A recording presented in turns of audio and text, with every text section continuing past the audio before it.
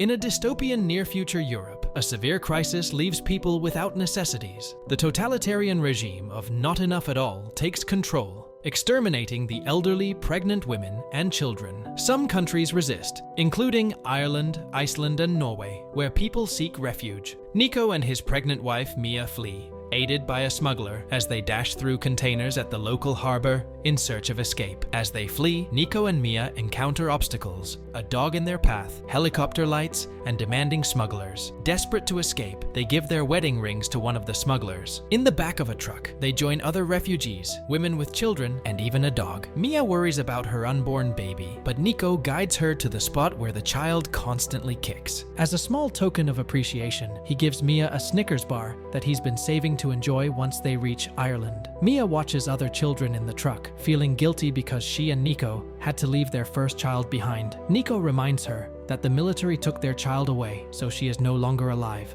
After a few hours of driving, the truck stops to pick up more refugees. The vehicle becomes overcrowded, prompting the smuggler to split the group of women and children in one vehicle and men in another. Despite Nico's attempts to explain that he was previously with his wife, he is ignored and taken away. Mia can only glimpse Nico through a hole in the door. She calls him on her phone, and he reassures her that they'll be reunited later, since both trucks are heading in the same direction. For now, she must conserve battery power and keep an eye on their belongings. Mia peers through a hole in the truck, her eyes wide with shock. The outside world reveals scenes of carnage, soldiers mercilessly shooting protesters, and women treated like cattle and hauled away in cages. When the truck reaches a checkpoint, it halts abruptly, and all the women scramble to the back. The driver presents paperwork to prove he's transporting goods, but the troops remain suspicious. Initially, they see only a few boxes, as the migrants are concealed behind a false wall. The leader, however, senses something amiss. He sends a soldier inside, instructing him to shoot at the side wall to reveal any hidden compartments. As the soldier complies, the leader detects the difference in distance and investigates further. Inside, he confronts the terrified women, demanding they come out. Mia, trembling, climbs atop the crates. Just then, another woman opens the false wall. In a terrifying turn, the leader swiftly kills her, and the other troops open fire on the entire group, splattering Mia with blood. As the ordeal unfolds, only the dog and a small child remain standing. The soldiers allow the dog to flee, but they mercilessly kill the child. Mia, heartbroken, sends a text to her husband, urging him to hide once they've left. Hours later, the truck reaches another port where the container is loaded onto a ship. Mia calls Nico, but he doesn't answer, so she leaves a voicemail about being taken away on the ship. As she settles in, a violent storm rocks the container, sailors rushing around outside through bullet holes. Amidst the chaos, Mia yells for help as the container shakes violently, causing her injuries. She eventually falls asleep after a hard crash. When she wakes up, water seeps in through the holes, revealing that the ship has sunk. All containers, including hers, drift in the open sea. Panicked, Mia tries to call Nico, but her damaged phone fails. She attempts another phone from her luggage, but can't recall the passcode. Desperate, she opens boxes, searching for anything useful while ensuring her unborn baby is safe. In her desperate situation, Mia scours the container for anything useful. Among plastic containers, televisions, drinks, and headphones, she discovers hoodies and puts one on. Gathering fallen items, including tape and a Swiss Army knife, she finds solace in a family photo from her diary. As screams echo, she peers through a hole and witnesses a sinking container with people inside. Desperate, she calls Nico's name and inserts her SIM card into a working phone, but receives no answer. The container sinks, leaving Mia in a state of nervous breakdown. She repeatedly tries the phone, hoping for a miracle. As night descends, Mia, desperate and holding a knife, contemplates ending it all, but then she feels the baby move, a sign of life. Determined to survive for her unborn child, she drifts off to sleep, listening to the haunting songs of distant wails. Suddenly, a shaky crate threatens her safety, but she narrowly avoids disaster. Water rushes in, and Mia fears drowning, only to wake from a nightmare. The tape has come undone, and water seeps in relentlessly. She ingeniously uses a box to support the hanging crate, revealing more plastic containers. Frustrated yet resourceful, she removes rubber from the lids to cover the lower holes. Then, she proceeds to retrieve a hose from one of the various boxes and inserts it into a different opening to facilitate the drainage of water. In addition, she positions two boxes against the wall to create a makeshift resting area, and she utilizes extra tape to mark the water levels as she counts down the days until it reaches the maximum limit. Mia hangs up the cords of her earbuds and suspends the pages from her diary to dry after making another attempt to use the phone. Next, she carefully assesses her available resources. Suddenly, Mia's phone receives a call from an unknown number, and upon answering, she realizes it's Nico. Nico explains that he couldn't respond earlier due to a battery failure, and he managed to survive because the other driver deceived them. Instead of taking them to the harbor as promised, the driver left the group stranded outside of town. Mia recounts the events that transpired to Nico,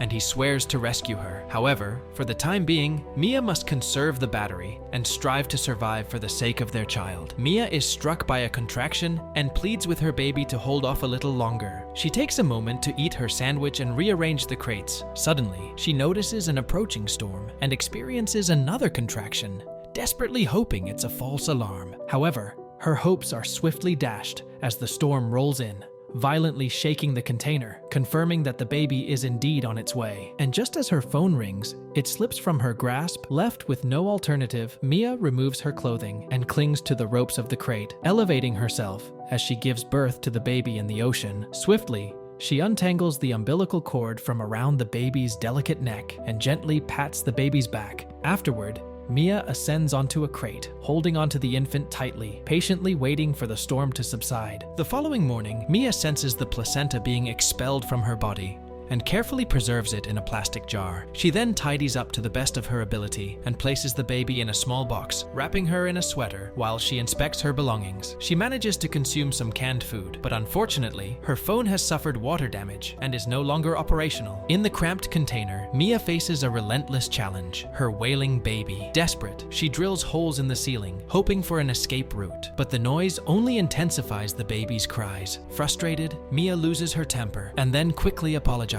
Finally, she manages to feed the infant, her exhaustion driving her to consume whatever sustenance she has left. Mia's desperation grows. The drill's battery dies before she can finish drilling the ceiling. Inserting the SIM card into her original phone yields no results. Frustrated, she hurls her belongings in rage. The knife becomes her makeshift tool, but it hurts her hands. With no other options, she tends to the baby, soothing her overheated skin. Hunger gnaws at Mia as she struggles to sleep. Desperation drives Mia to consider consuming her placenta. As the whales sing outside, one collides with the container, startling the baby into crying. Mia's response, slamming the walls, terrifies the whale. The next morning, she tries again with the knife and the holes, but the knife breaks. With the phone still unresponsive, Mia drinks the last of the clean water. Disoriented from the heat, she resorts to seawater, throwing it on her head and licking water drops from the ceiling. Regrettably, this leads to Mia feeling unwell. Suddenly, her attention is captured by a paper plane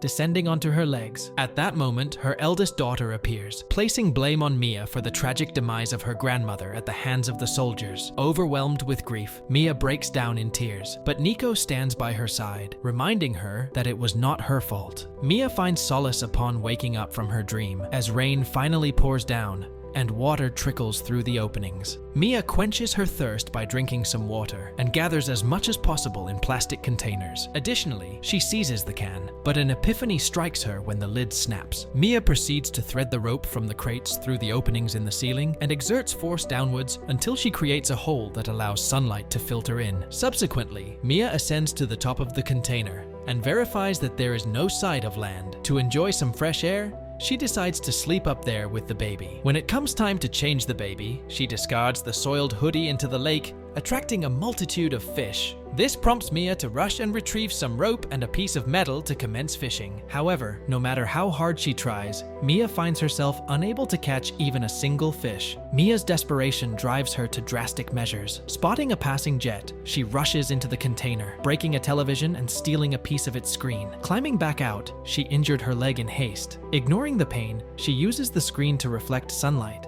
but the jet doesn't notice her. Disappointed, Mia returns inside, stitching her wound with wires and bits of metal. To ease the process, she turns to wine. Amidst hundreds of earbuds, she gets another idea, creating a net from the wires. She throws it into the sea with a soiled rag, finally catching some fish raw sustenance for her survival. In her desperate struggle for survival, Mia empties water from the container using a hose and catches fish with her makeshift net, storing them in plastic containers. She crafts SOS letters from pages torn out of her diary, placing them in containers and tossing them into the sea. hoping for rescue. One afternoon, she shares family photos with her baby, deciding to name the child Noah after her grandmother, the name Nico preferred. Mia also reveals a photo of her kidnapped sister, expressing her lingering guilt. As evening falls, Mia starts a fire using vodka and a lighter, sensing Noah's growing cold. In the dead of night, Mia hears a thud against the container wall. To her relief, it's just a plastic container. Her phone rings,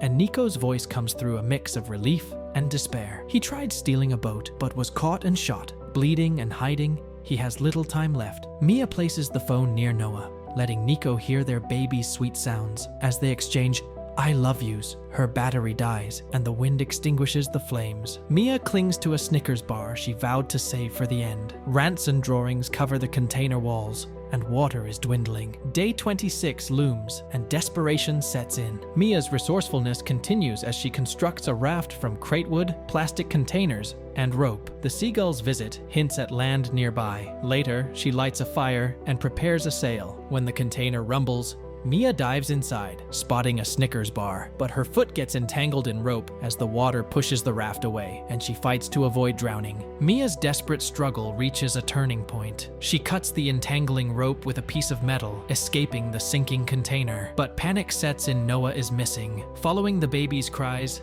Mia discovers her inside another container. Crafting SOS letters and using fish to attract seagulls, they catch the attention of a nearby boat. Noah is rescued, but Mia's life hangs in the balance. After intense efforts, she finally responds. And when they reach Ireland, a new beginning awaits. And the movie ends here. And with that, the movie ends. We hope you enjoyed our video. Watch the next recaps on the screen, and don't forget to subscribe for more amazing recaps. See you in the next one.